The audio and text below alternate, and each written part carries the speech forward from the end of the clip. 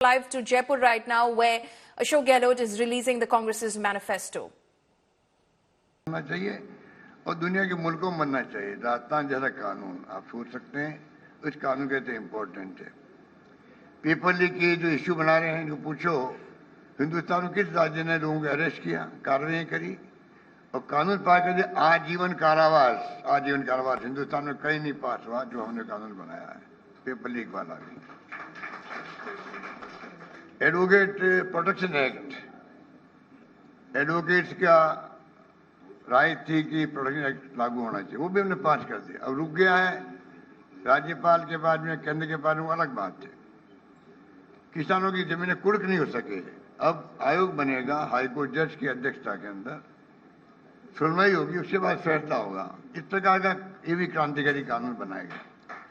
अब मैं आपको संक्षिप्त में कहना चाहूंगा कि जो हमारी स्कीम आ रही है एक के बाद एक, इसका आधार क्या है, क्योंकि ये स्वाभाविक क्वेश्चन होता है कि एक के बाद एक शानदार तो स्कीम आई है, शानदार गारंटी दी जा रही है। तो मैं कहना चाहूंगा आपको कि जो सामरिक सुरक्षा हमारा मोटो भी है, सोशल सिक्योरिटी, हम तो मांग करते हैं केंद्र सरकार से। पूरे देश में राहुल गांधी जो लेके आए थे न्याय योजना 6000 वाली, उसका विस्तार करते हुए राइट टू सोशल सिक्योरिटी मिले देशवासियों को, हर परिवार को दुनिया के मुल्कों की तरह मंथली पैसा मिले। हमने यहाँ 1 करोड़ लोगों को हम लोग पेंशन दे रहे हैं 1000 रुपये। तो मैं कहना चाहूंगा कि इस प्रकार से जो हमारी सोच है वो देश के लिए आवश्यक है।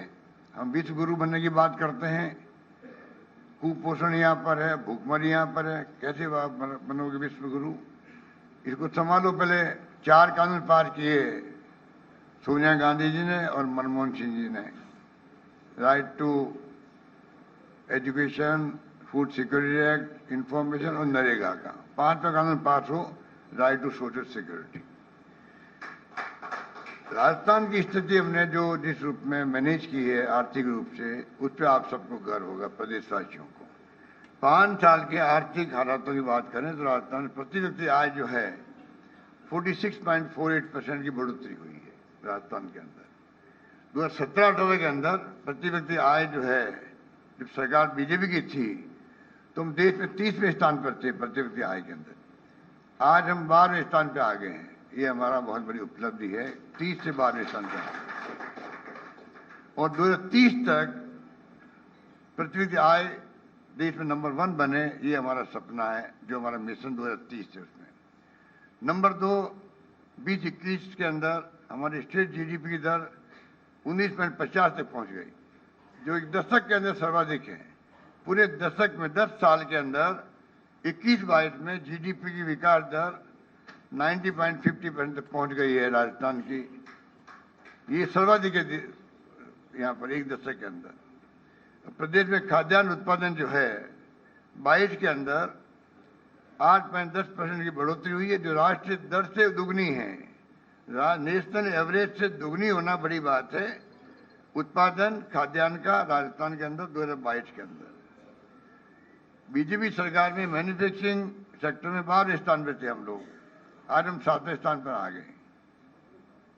पीपल फ्रेंडली टैक्स रिफॉर्म्स के कारण से जो हमने रिफॉर्म्स किए थे उसका फायदा मिला हमें। 21-22 में 24.5% और 22-23 में 16.7% की बढ़ोतरी हुई है, जो 13-14 के बाद सर्वाधिक बढ़ोतरी है टैक्स रिफॉर्म के बाद रेवेन्यू की राजस्थान के अंदर। जब रेवेन्यू आ रही है उसका फायदा हम ले रहे हैं, इसलिए हमारी अर्थव्यवस्था इन 15 लाख करोड़ की हो जाएगी। इन सब कारणों से हमारी अर्थव्यवस्था इस साल के अंत तक 15 लाख करोड़ की हो जाएगी और हम अगले 7 साल जो 2030 की बात की है वहाँ हमारा लक्ष्य 30 लाख करोड़ तक ले जाने का लक्ष्य रखा गया है। इस प्रकार हमने बेहतर होती आर्थिक स्थिति का लाभ जो है अलग अलग योजनाओं के माध्यम से जनता को दिया। ये मैं कहना चाहता हूँ। जितना भी हमारा परफॉर्मेंस है और लास्ट में आर्थिक विकास दर, उत्तर भारत में राजस्थान नंबर 1 है। पूरे देश के अंदर बड़े राज्यों में नंबर 2 है। नंबर 1 आंध्र प्रदेश 11.4% और 11.04% राजस्थान है, नंबर 2 है देश के अंदर, और उत्तर भारत में नंबर 1 हम लोग हैं आर्थिक विकास दर में। इसलिए हमने जो लाभ मिल रहा है, आर्थिक विकास बढ़ी हमारी, उसका लाभ हम जनता में शेयर करना चाहते हैं और कर रहे हैं। बस ये मैं कहना चाहता हूँ। मैं खड़गे साहब से निवेदन करूंगा कि हमारे मैनिफेस्टो को लॉन्च करने की कार्रवाई करें।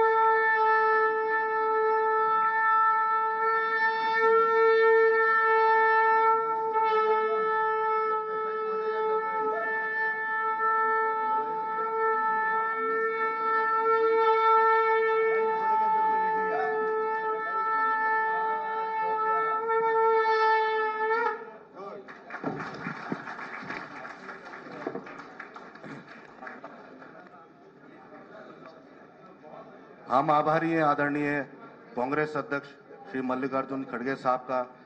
मैं आमंत्रित करता हूं, आप आशीर्वचन प्रस्तुत करें। आदरणीय खड़गे साहब।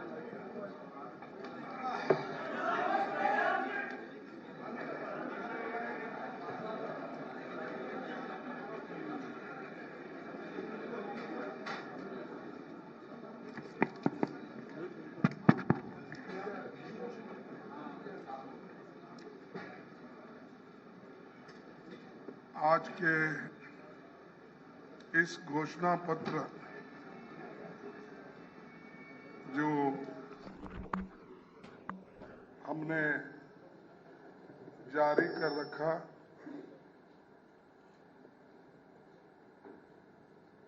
यहाँ के उपस्थित इस मंच पे बैठे हुए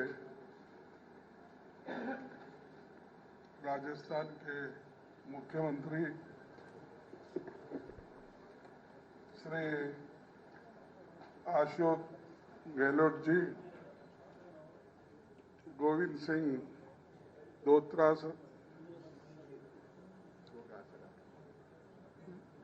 डोटासरा, ये इतना डिफिकल्ट क्यों रख लिया? आप तो सिंह है बस है, गोविंद सिंह ही बस है, तो उसी से पहचाना जाता कौन है क्या है, फिर ये क्यों? सीपी जोशी जी, जयराम रमेश जी, मुकुल वासनिक जी, सचिन पायलट जी, प्रमोद तिवारी जी, जितेंद्र सिंह जी, मोहन प्रकाश जी, नासिर हुसैन जी, और इस मंच पे बैठे हुए साथियों, और यहाँ पर जो हमारे पार्टी के अन्य नेता हैं, और खासकर इस समारोह में घोषणा पत्र डिक्लेरेशन में उपस्थित मेरे मीडिया के भाइयों, अभी इस घोषणा पत्र में क्या है, इसका हमारे पीसी जोशी साहब ने पूरा आपको बताया। सीपी जोशी साहब जितने मेन पॉइंट्स थे वो सभी उन्होंने माध्यम के साथ सामने भी रखा और यहाँ उपस्थित सज्जनों के सामने भी रखा। जो काम हमने पहले किया वो भी उन्होंने बताया और जो करने जा रहे हैं वो भी उन्होंने बताया। तो मेरा काम बड़ा आसान हो गया, क्योंकि जो कुछ बोलना था उन्होंने बोला, जो कुछ बचा कुचा था तो चीफ मिनिस्टर बोल दिए। तो इसीलिए ऐसे ज्यादा वक्त मैं आपका लेना नहीं चाहता, क्योंकि मेरे को फिर उदयपुर यहाँ से निकलना है। मैं एक ही बात कहूंगा कि ये राजस्थान कांग्रेस का मजबूत गढ़ है। आज से नहीं, 1926 में कांग्रेस पार्टी ने पहली बार सेंट्रल लेजिस्लेटिव असेंबली के घोषणा पत्र जारी की थी। तब से ही हम वही वायदे करते हैं जो पूरा कर सके, जिसे अमली जामा पहना जा सके।